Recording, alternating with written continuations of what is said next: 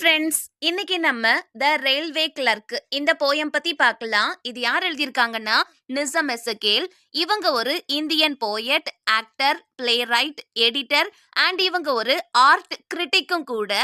இவங்க 1983 அப்போ த Sahitya Akademi award receive பண்ணிருக்காங்க.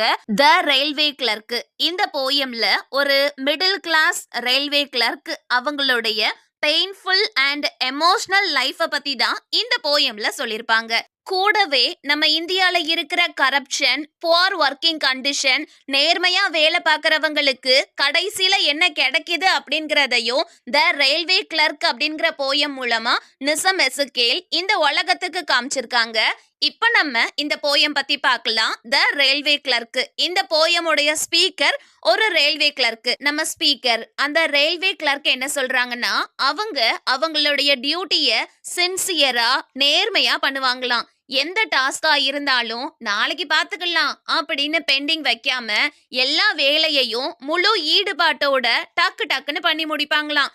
அந்த ரயில்வே கிளர்க்குடைய மேல் அதிகாரி என்ன வேலை கொடுத்தாலும் முகம் சுளிக்காம கேள்வி கேட்காம முழு ஈடுபாட்டோட அந்த வேலைய பண்ணி முடிப்பாங்களாம். ஆனா அவங்களுடைய கடின உழைப்புக்கும் நேர்மைக்கும் அவங்களுக்கு பாராட்டு கிடைக்கிறதுக்கு பதிலா அவங்கள குறை சொல்லி திட்டதான் செய்யறாங்க.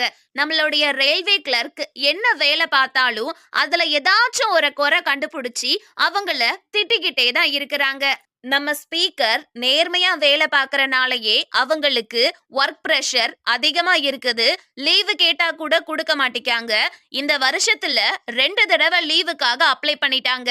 ஆனா நம்ம ஸ்பீக்கருடைய ஹையர் அபிஷியல்ஸ் நம்ம ஸ்பீக்கருக்கு என்ன ப்ராப்ளமோன்னு யோசிக்காம நம்ம ஸ்பீக்கருடைய லீவ் ரெக்வஸ்ட ரிஜெக்ட் பண்ணிருந்தாங்க. நம்ம ஸ்பீக்கருக்கு லீவு கொடுக்கல. டெய்லியும் நம்ம ஸ்பீக்கர் குறை சொல்லாம அளவுக்கு அதிகமா வேலை பார்க்கறாங்க.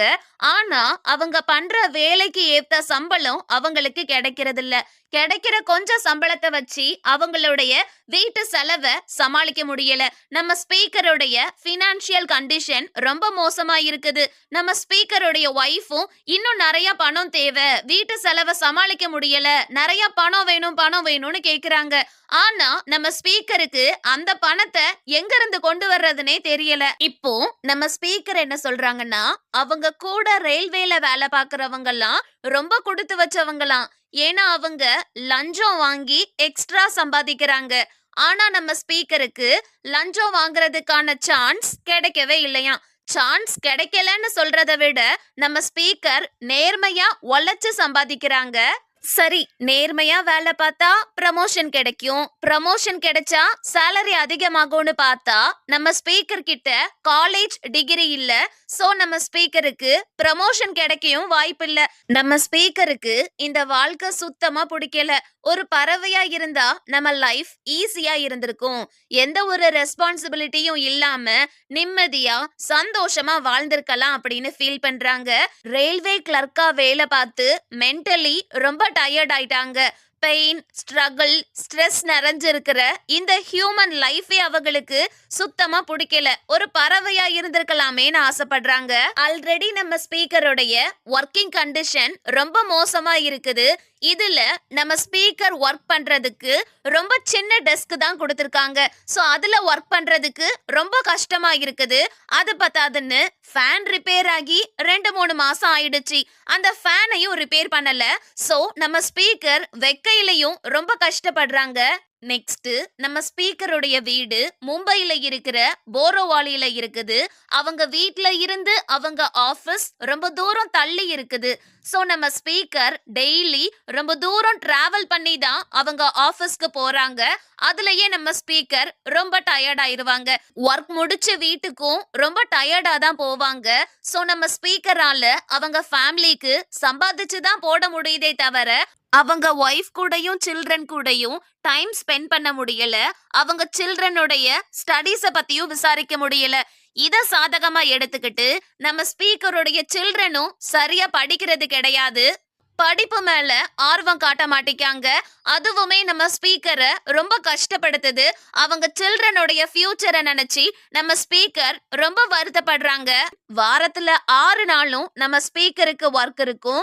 சண்டேஸ்ல மட்டும் தான் லீவு கிடைக்கும்.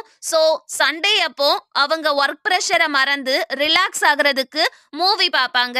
அந்த ஒண்ணு தான் நம்ம ஸ்பீக்கருக்கு கொஞ்சம் சந்தோஷத்த குடுக்கும். தென் சண்டேஸ்ல வாய்ப்பு கிடைக்கும் போதெல்லாம் ஹியர் அண்ட் தேர் நம்ம ஸ்பீக்கர் அவங்களுடைய ஃப்ரெண்ட்ஸ மீட் பண்ணுவாங்க. நம்ம ஸ்பீக்கருக்கு அவங்களுடைய ஃப்ரெண்ட்ஸ் தான் மன நிம்மதியையும் ஆறுதலையும் குடுப்பாங்க. நம்ம ஸ்பீக்கர் அவங்க ஃப்ரெண்ட்ஸ் கூட சேர்ந்து நிறைய விஷயங்கள பத்தி பேசுவாங்க. குறிப்பா நம்ம கண்ட்ரில இருக்கிற ப்ராப்ளம்ஸ பத்தி பேசுவாங்க.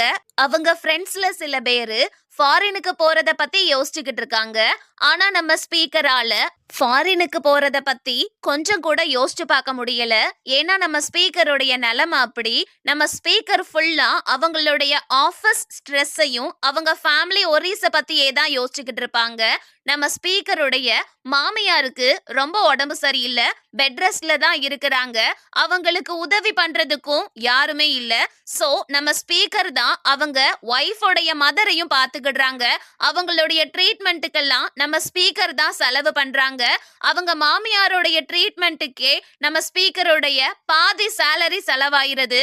பட் ஸ்டில் அவங்களுக்கு ஃபுல் ட்ரீட்மெண்ட் கொடுக்க முடியல.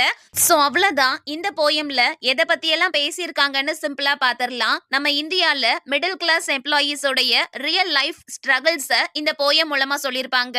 தென் நம்ம இந்தியால இருக்கிற கரப்ஷன் அண்ட் ஃபேவரிசம பத்தியும் சொல்லியிருப்பாங்க. தென் ஆனஸ்டா நேர்மையா வேலை பார்க்கறவங்களுக்கு இங்க பாராட்டோ ப்ரமோஷனோ கிடைக்கிறது இல்ல. அதுக்கு பதிலா அவங்களுக்கு ஒர்க் பிரஷரை தான் அதிகப்படுத்துறாங்க.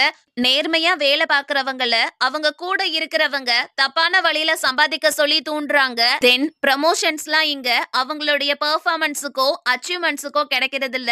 பெர்ஃபார்மன்ஸ் டோட்டலா டிகிரிஸ், ஆள் செல்வாக்கு அண்ட் மணி இருக்கிறவங்களுக்கு தான் ப்ரமோஷன்ஸ் கொடுக்கறாங்க. தென் கம்மியான சம்பளத்துல லோவர் மிடில் கிளாஸ் பீப்புள் அவங்களுடைய அன்றாட தேவைகளை சமாளிக்கிறதுக்கு எவ்வளவு கஷ்டப்படுறாங்க அப்படிங்கறதையும், ஸ்டில் அவங்க எந்த குறையும் சொல்லாம தொடர்ந்து ஹார்ட் ஒர்க் பண்ணிக்கிட்டு இருக்காங்க அப்படிங்கறதையும் இந்த போயம் மூலமா சொல்லியிருக்காங்க. சோ அவ்வளவுதான். தேங்க்யூ.